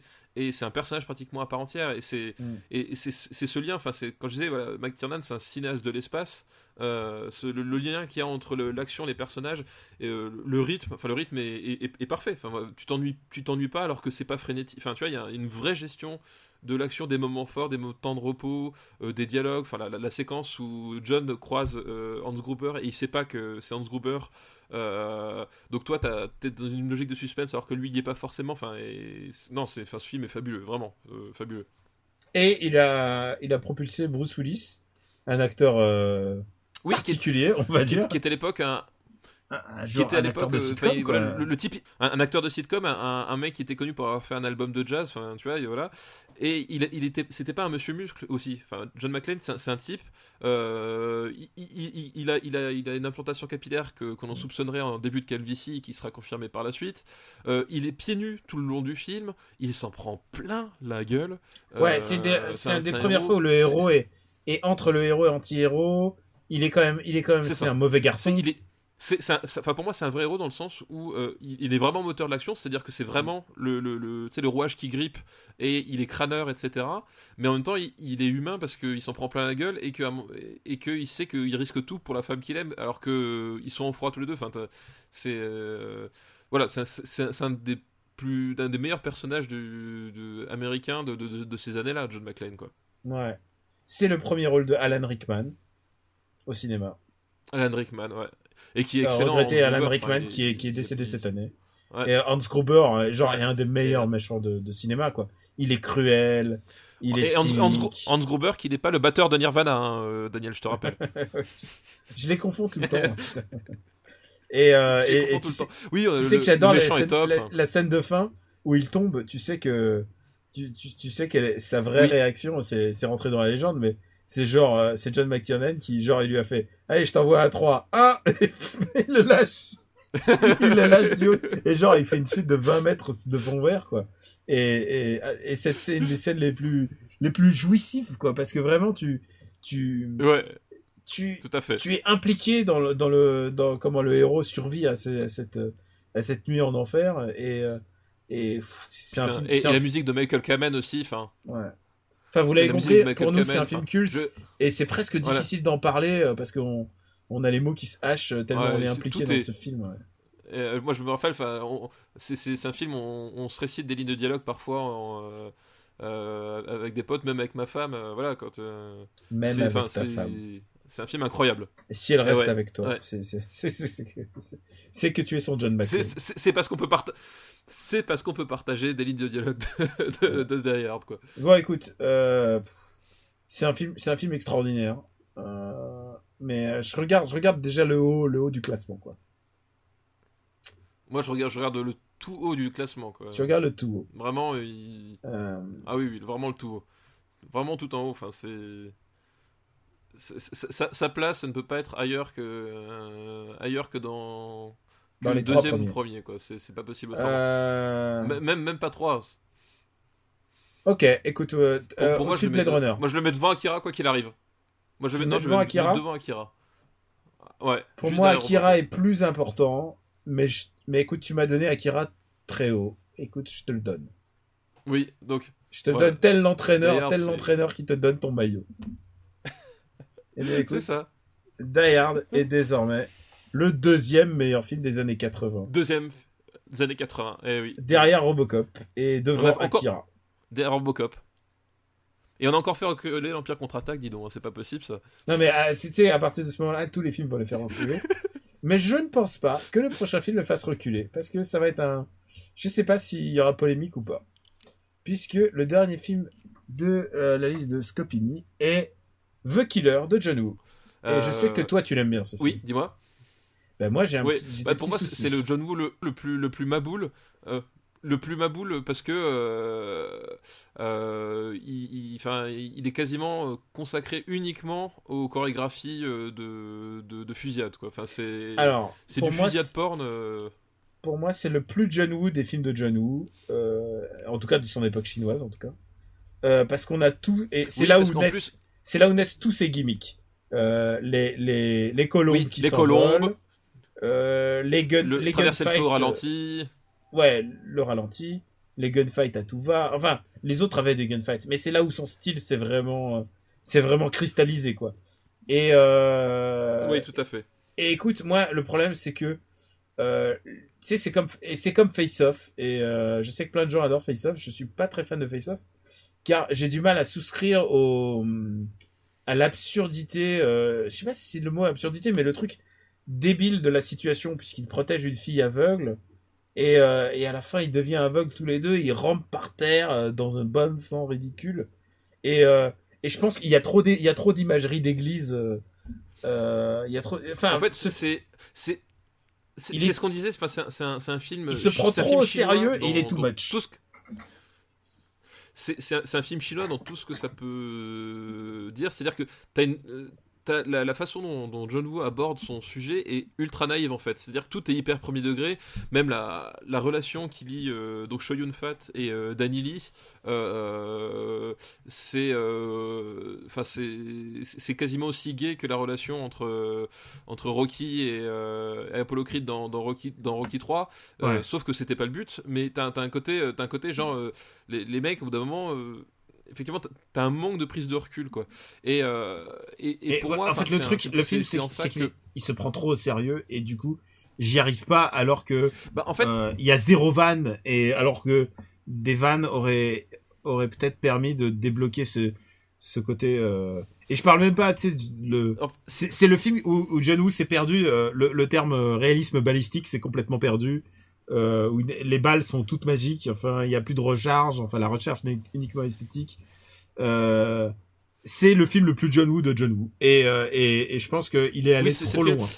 mais c'est en même temps c'est le film c'est le film aussi, enfin c'est le film le plus emblématique effectivement parce que c'est la folie asiatique, voilà. Il y a putain, nos les, limites, les colombes dans rien les du tout. églises et tout ça et encore une fois, Mais grosse influence de Scorsese, grosse influence de Alain Delon, enfin toute cette. C'est un film de cinéphile. C'est pas mon favori. Non, clairement. Et je préfère largement Syndicat du crime. Je préfère le Syndicat du crime et même dans la catégorie gunfight absolu dans tous les sens. Pour moi, son chef-d'œuvre dans ce style-là, ça reste Hard-Boiled, qui sortira. Hard-Boiled et en plus Hard-Boiled a beaucoup de gravitas et puis le contexte de guerre aussi qui est beaucoup plus intéressant. Et alors après, c'est vrai qu'Hard-Boiled se finit en bain de sang presque aussi absurde, mais par contre je suis vraiment touché par les personnages de Hard-Boiled où là à la fin de The Killer où il rampe par terre tous aveugles, je suis mort de rire quoi. Est-ce que tu confonds pas avec Attends, est-ce que je les confonds? Mince. Hard-Boiled, c'est celui qui se finit dans l'hôpital en fait. C'est un. Non, ouais, c'est attends, un truc contemporain. Celui de la guerre, c'est. Tu confonds avec. Oui. Putain, avec ses titres. C'est... Merde, le trouble. Putain, j'ai un trou de mémoire. Flûte, attends, on va retrouver. Moi aussi. Je vois lequel tu veux dire. Et on va pas le couper au montage. Je vais retrouver. C'est une balle dans la tête. C'est une balle dans la tête. Une balle dans la tête, voilà. Et moi je préfère aussi largement une balle dans la tête à The Killer. Qui est mon John Woo préféré, mais par contre, je crois qu'il est déjà dans les années 90. Mais on en parlera peut-être une autre fois, mais moi je préfère aussi largement une balle dans la tête, quoi. Mais c'est pour ça effectivement que The Killer, du coup, c'est un film vraiment très important, ne serait-ce que pour la reconnaissance de ce cinéma-là en Occident, mais c'est vrai c'est celui qui est le plus rattrapé par ses défauts avec le temps, quoi. En tout cas dans ses grands films. C'est pour ça que du coup, effectivement, il ira pas devant le Syndicat du crime. Il ira pas devant le Syndicat du crime, quoi. Mais pour moi, il ira quand même relativement parce que c'est un film important malgré tout, quoi. Il est du niveau de Mission Impossible 2. Non, je déconne. Mission Impossible 2, c'est le film on a plus le droit d'en parler, c'est incroyable. Bon, où est-ce qu'on... Alors écoute, je suis en train de regarder la liste, je vois les rois du gag. Tu te fous de ma gueule? Ah non, moi je le mets au-dessus d'Over the Top. Attends. Non, je le mets pas au-dessus d'Over the Top, mais je peux. Non, je déteste. Si. The Killer est intransigeant. Vraiment... J'ai une grosse allergie à The Killer. Ah non, attends. Non, mais tu attends. rigoles. On peut pas le mettre. Je t'ai autorisé. Je t'ai autorisé Rocky 4. Tu peux pas me priver de The Killer, c'est pas possible, quoi. Non, mais attends, mais pas au-dessus de Balade de Narayama.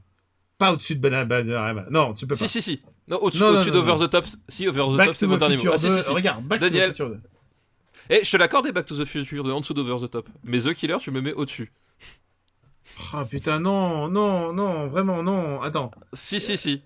Non, mais attends, regarde le ridicule du truc. C'est pas du tout l'effet recherché, quoi. Non, mais. Je peux pas essayer de convaincre sur ce film. Attends, le mec. Le mec, il m'a plaidé Rocky 4 pendant 20 minutes la dernière fois. Il me parle de ridicule de The Killer. Attends, mais Daniel, sois sérieux. Rocky 4 est assez bas dans la liste par rapport à ses qualités. Mais oui, bon, mais écoute, je te dis pas de le mettre plus loin. Je te dis juste de mettre au-dessus d'Over the Top. Tu veux au-dessus d'Over the Top? Moi, je préfère regarder. Mais je regarde. Moi, je regarde Kiki plutôt que The Killer, quoi. Et surtout, je pense que ta fille regarde Kiki au lieu de The Killer. Et je suis même pas sûr. Ah putain, vraiment. Bon, écoute. Ah oui, d'accord, vraiment, je te cède, mais c'est vraiment un film que je n'aime pas du tout. Hein. Et plus le temps passe, et plus. Et moi, c'est un film que j'aime beaucoup. Au-dessus, pas en dessous. Attention, Daniel, je te vois. Donc. Je t'ai vu. Et donc. Contraint et forcé, The Killer entre quand même dans. Il est quand même dans les... Putain, je déteste The Killer, quoi. Mais peut-être que je le réévaluerais si je le voyais, hein. Mais bon. Je préférais quand même. Mais je déteste Rocky 4 aussi. Ouais, c'est vrai. Ouais. Bon, bah écoute, Rocky 4 est au-dessus, c'est déjà ça. Mais je trouve que Over the Top est quand même plus important dans l'histoire. De quoi? Ouais, au niveau histoire du cinéma, je suis pas sûr, mais. Bah écoute, je pense que écoute, ça sera notre dernière liste de la journée. Parce que la dernière fois, on a été vraiment long. C'est notre dernier mot. On a été vraiment long. Écoute, je pense que c'est le moment de boucler. Dis-moi, papa, c'est le moment traditionnel où on recommande des petits trucs. Vas-y, fais-toi plaisir. De quoi tu vas nous parler?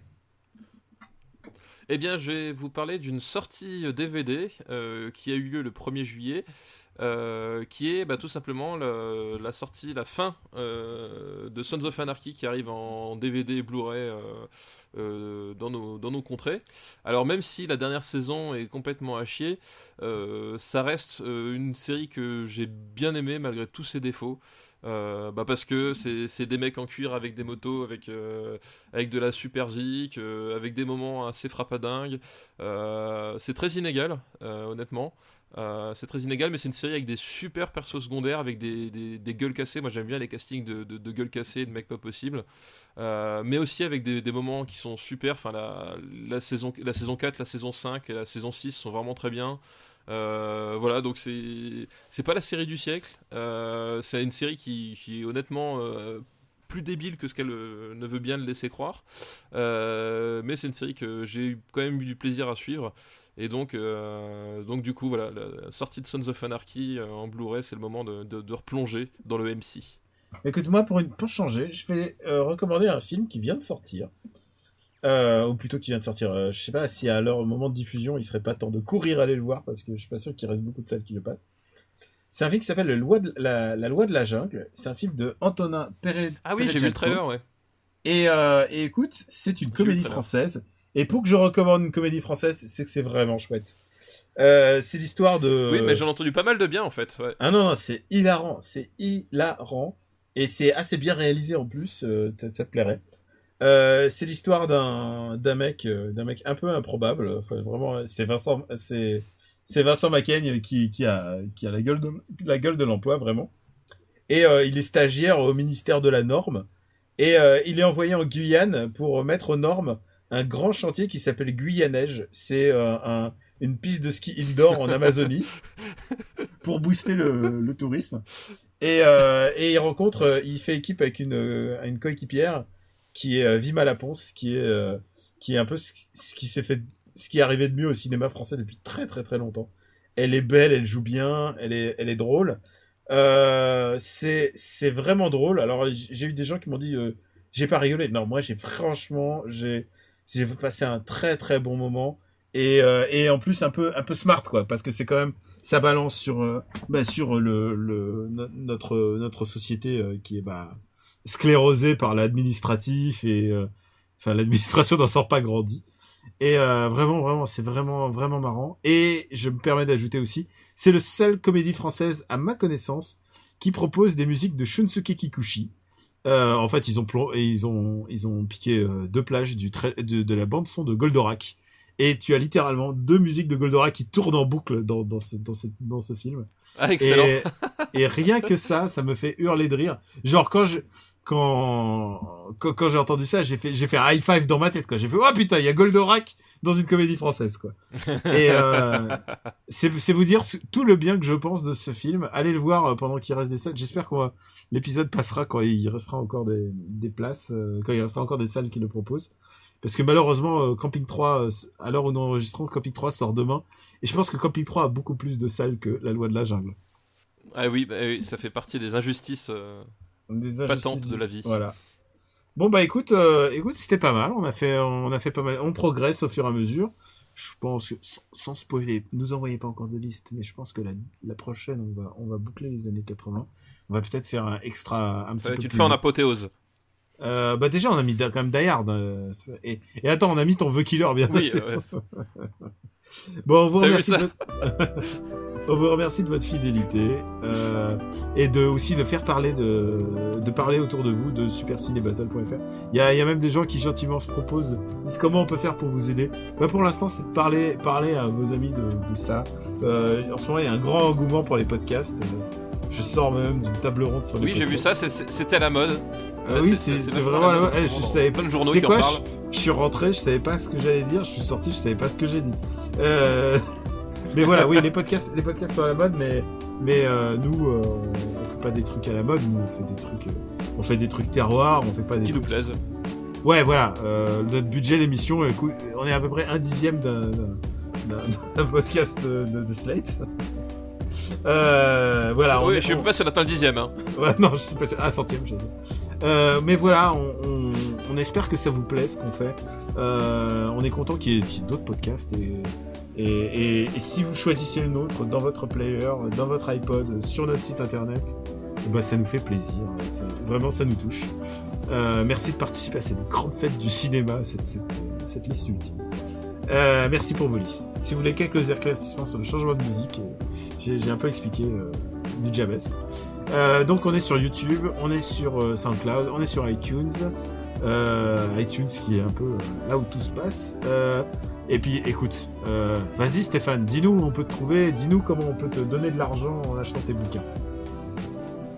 C'est ça, voilà, donc toujours chez Third Edition, l'année du jeu vidéo qui est 1992 qui est sorti, il y a le prochain numéro de Level Up dans lequel je participerai aussi, chez Gamecult occasionnellement pour dire de mal de vos jeux vidéo préférés, toujours sur Sens Critique, sur After Eight pour des spéciales ou non, et voilà, oui ça a l'air de bien se passer hein.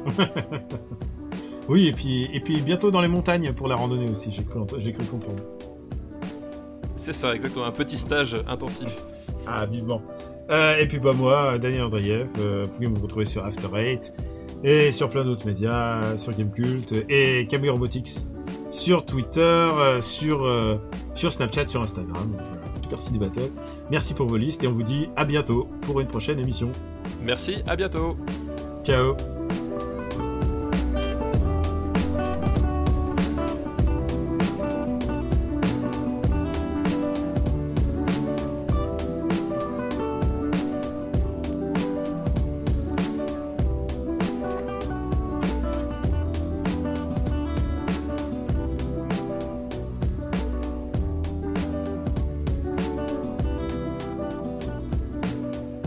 Ouais, on a un Cagliostro. Ouais, mais tu vois, par exemple, le Château dans le ciel, il est sorti en 86 au Japon et 2003 en France, quoi.